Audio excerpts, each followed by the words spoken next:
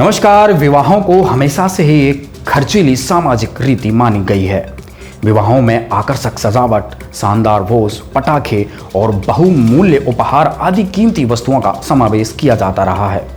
दूल्हे का परिवार विवाह के बाद अक्सर दुल्हन और लाखों रुपयों का उपहार और संग लेकर अपने घर चला जाता है, लेकिन विवाह के बाद वे अपने पीछे दुल्हन के चिंतित परिवार को कर्ज और तनाव के बोझ तले अकेला छोड़ जाते हैं।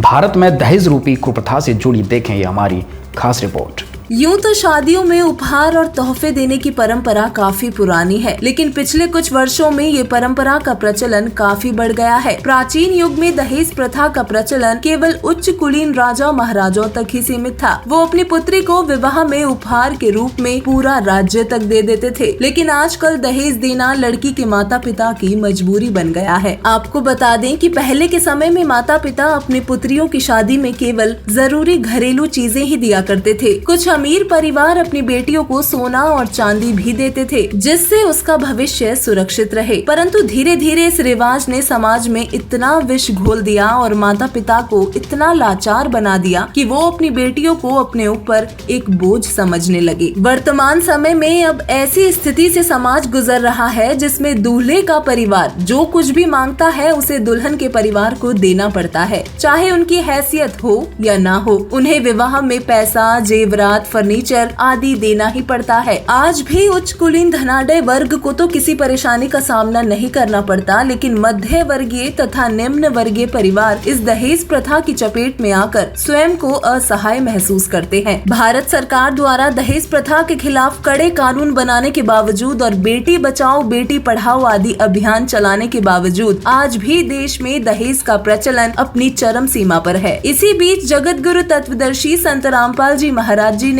भारत ही नहीं बल्कि पूरे विश्व को दहेज रूपी दानव से सदा के लिए निजात दिलाने का बीड़ा उठाया है। संत रामपाल जी महाराज ने अपने अनुयायियों को दहेज मुक्त रमैणी विवाह करने की ऐसी सरल पद्धति बताई है जिससे दुल्हा दुल्हन महज 17 मिनट में एक दूसरे से शादी के बंधन में बंध जाते हैं। संत रामपाल जी महाराज जी के सानिध्य में दिन प्रतिदिन हजारों जोड़ों के दहेज रहित विवाह संपन्न करवाए जा रहे हैं। ना कोई इन्विटेशन कार्ड, ना ही किसी मेहमानों को बुलाना, ना कोई शॉपिंग और ना ही कोई महीनों पहले की तैयारियां। 2-3 दिनों तक चलने वाली शादी ब्याह में बेमतलबी फैशन, फिजूल खर्ची, लोक दिखावे और दहेज कुप्रथा के चलते की जाने वाली लेन देन को जड़मूल से समाप्त करने के लिए हरियाणा, छत्तीसगढ़, उत्तर प्रदेश और दिल्ली में 6 दहेज रहित विवाह संपन्न करवाए गए। विवाह करने की इस सरल पद्धति को अपनाकर एक दिन पूरा विश्व निसंदेह दहेज रूपी दानव से मुक्त हो सकता है। एक तरफ समाज में प्रचलित पारिवारिक और सामाजिक परंपराओं की आड़ में लोग दहेज प्रथा को बढ़ावा दे रहे हैं,